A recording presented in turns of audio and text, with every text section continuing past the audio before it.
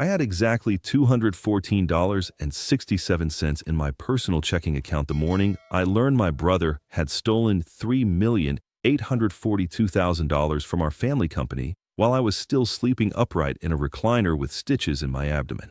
The bank app kept buffering, like even my phone didn't want to show me the number. On my coffee table sat a padded overnight envelope I didn't recognize, and inside it was a black USB drive with my name written on a white pharmacy label. 2 words, open first. I had been out of surgery for 9 days, weak, foggy, and under strict orders not to drive, not to lift, not to stress. Then my father's legacy vanished behind forged signatures, a shell LLC, and one board resolution I had never signed. By noon, I knew 2 things for certain. Someone expected me to miss a deadline, and someone in my family had mistaken recovery for helplessness. Let me take you back. 3 weeks earlier, my father had been dead for 11 days, and the casseroles had finally stopped arriving. Grief has a strange way of clearing a room. Everybody shows up for the funeral. Fewer people show up for the paperwork. My name is Lena Whitmore. I was 39, living in Charleston, South Carolina, and until my appendix ruptured at the worst possible time, I was the general counsel of Whitmore Marine Holdings, the company my father built from 1 repaired dock into 3 marinas, a yacht brokerage, and a waterfront events venue that half the city rented when they wanted to look richer than they were. I was good at my job because I noticed small things. Missing commas in contracts, strange timestamps, silence that arrived too fast after a question. My flaw was simpler. I believed if I stayed calm enough, competent enough, useful enough, people would eventually treat me fairly. That had never really worked in my family. My older brother, Everett, was the golden child in the polished, expensive way. He had our father's smile, our father's height, and none of our father's discipline. He could walk into a room with a bourbon in his hand and leave with 3 investors convinced he was a visionary. I could spend 6 hours cleaning up his mistakes and still be introduced as my daughter. She handles details. The first time I understood the family hierarchy, I was 14. My father had taken us to the old dock on a Saturday in July. Everett got to steer the skiff out into the harbor while I stayed behind in the office reconciling fuel slips because the bookkeeper had called out sick. I remember watching them from the window, my father's hand on Everett's shoulder, both of them laughing in the sun. Lenora, my father's second wife, polished and cool even in August, set a ledger down beside me and said, "You should be proud. Every family needs one person who shines and one person who keeps the lights on." The second time, I was 26 and had just graduated near the top of my law school class. At a dinner with donors, Everett was late, drunk, and still seated at the center of the table. I corrected a zoning issue that would have killed one of our expansions. Lenora smiled without looking at me and told the table, "Lena is wonderful in a crisis. She doesn't really have the temperament for leadership, but she's excellent support." Excellent support. There are phrases that settle into your bones and wait. When my father got sick for the last time, it was me in the hospital at 2 a.m. learning medication schedules and arguing with billing. Everett came in around noon with flowers and stories and left before the hard conversation started. But after the funeral, he wore grief like a tailored suit. He took calls in low voices. He put his hand on my back in front of people. He said things like, "Dad wanted us united." I should have heard the warning in how often he said Dad wanted. 9 days after my surgery, I got the call from First Atlantic Private Bank. "Ms. Whitmore," the banker said, with that careful tone wealthy people pay for, "we've received executed transfer documents for the Harbor Point sale proceeds." I shifted in the recliner and felt pain flash hot under the bandages. "What transfer documents?" A pause. Keyboard clicks. "The $3,842,000 from the commercial sale closed yesterday. Per board instruction, funds were distributed to Black Tide Coastal Consulting LLC and to the Whitmore Family Management Trust reserve account." I sat up too fast. No, that's impossible. Harbor Point proceeds were restricted pending estate administration. Nobody had authority to move those funds without my review. "According to the notarized consent," he said, "you approve the distribution as co-trustee and corporate secretary." I put the phone face down. Then I picked it back up. "Email me everything," I said. He hesitated. "Ms. Whitmore, if there is a concern about authorization, you need to act immediately. The bank's clawback window on the wire is narrow. If you miss this, You lose everything. There it was. The line that changed the temperature of the room. I opened the email and saw my signature attached to a board consent dated 2 days after my emergency surgery. It was clean, confident, perfectly mine except for one thing. On legal documents, I always loop the L and Lena back into itself. This one didn't loop. It stopped short. Most people would never see it. I did. Then I remembered the USB. Inside the padded envelope was a short note on hotel stationery. No signature. Just this. Look at the metadata before you look at the money. I plugged the drive into my laptop. 2 folders appeared. One was labeled Closing Docs. The other was labeled Second Set. The first folder gave me the theft, the sale contract for Harbor Point, the board consent, the wire instructions, a new consulting agreement routing advisory success fees to Black Tide Coastal Consulting LLC, an entity I had never heard of and that somehow appeared in our records only 6 days earlier. There was also a deed rider signed by Lenora as co-trustee, Everett as acting managing member, and me, supposedly, from a hospital bed where I had barely been conscious enough to sign discharge papers. I felt something colder than anger. Then I opened the second folder. The second folder changed everything. It held screen captures from the eNotary platform showing IP logs, device IDs, and a geolocation ping from our waterfront events venue at 11:42 p.m. the night my documents were supposedly executed in my home. It held a PDF of the original Whitmore Family Trust with an addendum I had never seen, highlighted in yellow. At the bottom of page 14 was a fraud carve-out clause my father must have added during one of his final lucid weeks. Any trustee or beneficiary found to have submitted falsified authorizations, forged signatures, or concealed related party payments would automatically forfeit all discretionary distributions and lose voting rights pending court review. A canary clause. My father had left a trap in the walls. There was one more file. An audio memo. A woman's voice, controlled but tight. If you're hearing this, I finally stopped pretending they were only careless. They're not careless. They're coordinated. Check the vendor creation log for Black Tide. Check who approved the notary session. And don't trust who smiles first. I knew the voice. Nina Sloan, our family office controller. The same Nina Everett had spent years calling paranoid because she asked for backup on every reimbursement he submitted. The same Nina I had once privately dismissed as rigid. 3 months earlier she had resigned without notice. Everett called her unstable. Lenora called her disloyal.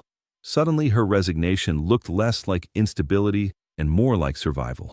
I called the one person in Charleston who knew both probate litigation and how my family operated when cornered. Julian Cross had once been opposing counsel in a marina lease dispute. I lost the case on a technicality and respected him more for it. He arrived at my townhouse 40 minutes later with a legal pad, a garment bag still hanging from his shoulder, and the tired expression of a man who had canceled dinner for an emergency he already suspected was ugly.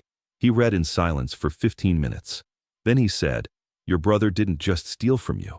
He used estate administration, a forged board consent, a related party LLC, and a notarized false authorization to move restricted proceeds. That's civil fraud, breach of fiduciary duty, possible wire fraud, and depending on how the trust assets were positioned, elder financial abuse if any of this started before your father died." Lenora's face moved through my mind, smooth as cream. Everett's easy smile followed. Julian tapped the highlighted clause.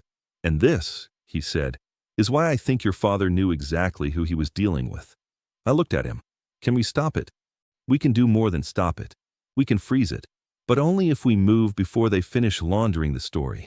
He turned the laptop toward me and pointed at the metadata logs. "This is your leverage. Not just the money trail. The process trail. Somebody created a false digital history. Judges understand money. They love timestamps." I leaned back slowly, one hand over the sore line of stitches under my shirt. "I want every dollar back." Julian's tone stayed even. "You'll ask for more than that. Emergency injunction, temporary restraining order, forensic audit, preservation order on devices, suspension of trustee authority." And Lena, he waited until I met his eyes. "This isn't revenge. This is justice." The next 24 hours moved in clean, ugly layers. Nina agreed to meet us in the lobby of an old hotel off Meeting Street, where nobody from our circle went unless there was a luncheon. She looked tired, thinner than I remembered, but steady. I kept copies because I thought he'd do it after your father died, she said. Why didn't you come to me? I asked. She gave me a look I deserved. Because every time I raised a concern, you told me you'd handle it internally. And internally, your brother always won. Fair. Nina walked us through the vendor creation log. Black Tide Coastal Consulting LLC had been added to our accounting system from Everett's assistant's credentials at 10:13 p.m. on a Sunday. The tax ID tied back to a registered agent in Delaware, but the beneficial ownership form, sloppily left in draft, listed Everett's longtime golf partner as manager. She had also preserved a voicemail from Lenora. Push the packet through, Lenora had said calmly. Lena is medicated. Everett will sign whatever matters. There was my dehumanization moment, adult version. Not even absent. Medicat edition. A problem to route around. But Everett wasn't done. He called me that evening, warm as polished silver. How are you feeling? We missed you at the venue walkthrough. I said nothing. He continued, Lenora and I decided it's best if we announce some temporary leadership changes at the St. Alden Children's Harbor Gala on Friday. You need rest. People will understand. The gala was the biggest public event on our company calendar.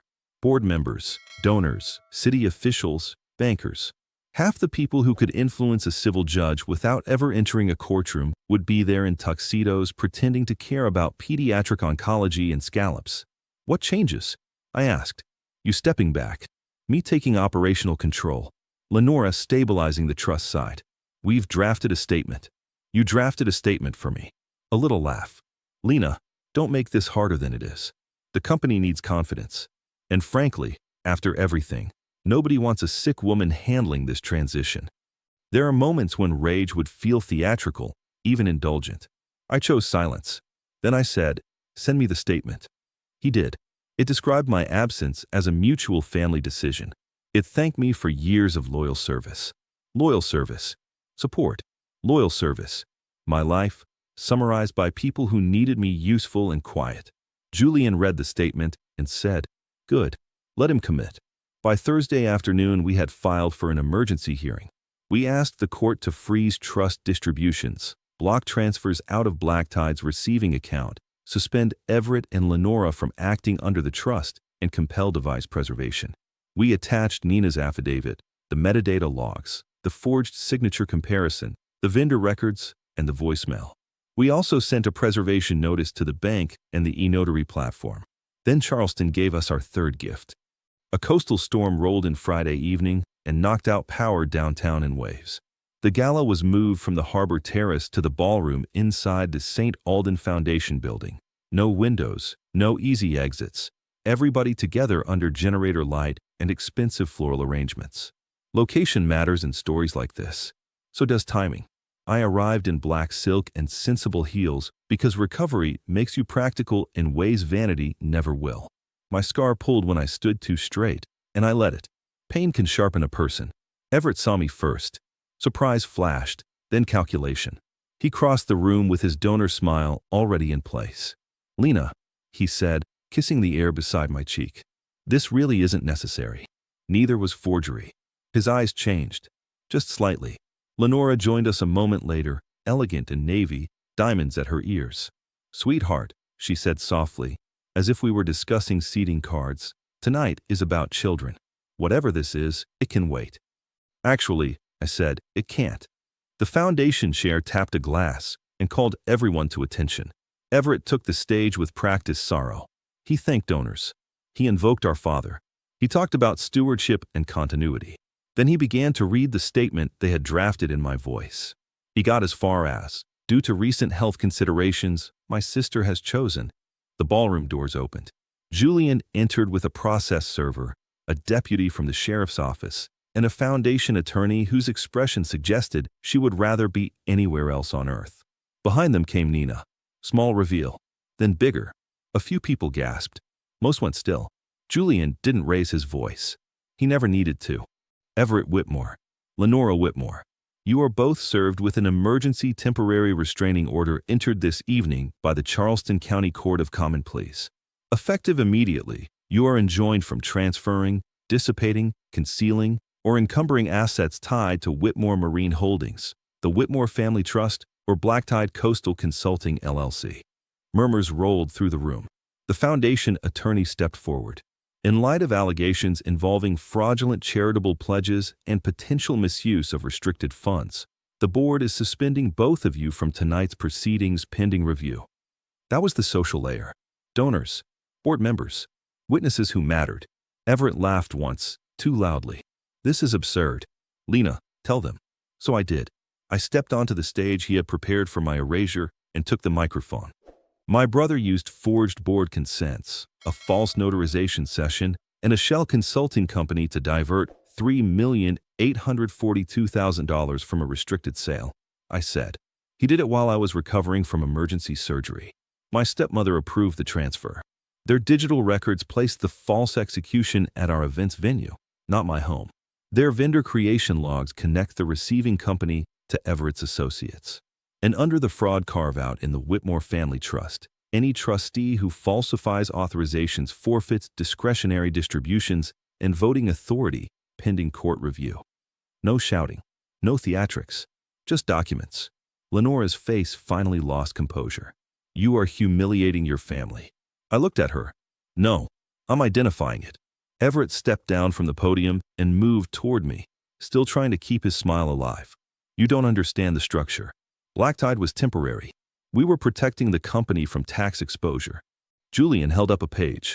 Then you can explain why Black Tide's draft beneficial ownership form lists your golf partner, or why your assistant created the vendor after midnight, or why Ms. Whitmore's digital signature was executed from a ballroom office while she was under post-operative restrictions. For the first time in my life, Everett looked young, not charming, not polished, just young and badly cornered. And then the nuclear piece landed. Nina took one step forward and said, "There's also the second account." The room shifted. Everett turned so fast I almost admired it. Nina continued, "Black Tide wasn't the destination. It was the bridge. There was a second escrow transfer set for Monday into a Cayman-linked account under Seabreak Advisory. I have the draft wire packet." Everett's face went empty. He had planned to move the money again after using the gala to establish confidence. That was why the line from the banker mattered. That was why the deadline was real. The sheriff's deputy moved closer. Lenora sat down very slowly in the front row and stared ahead as if posture alone could save her. No one applauded. Real humiliation is quieter than that. By Monday morning, the hearing room was full, not with spectators. Charleston does discretion better than honesty, but with lawyers, binders, and the kind of tension that makes even fluorescent lighting feel judgmental.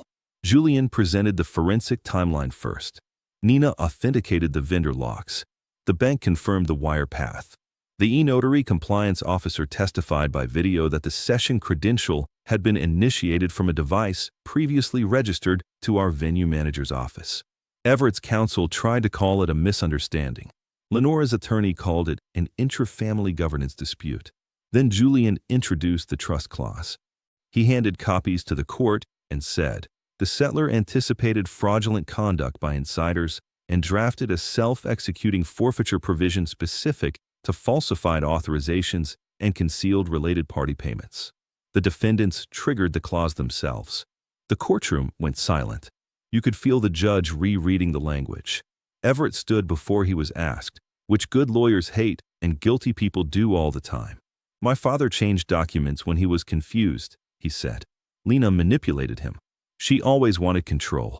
That was his last move. Childhood, replayed in a suit.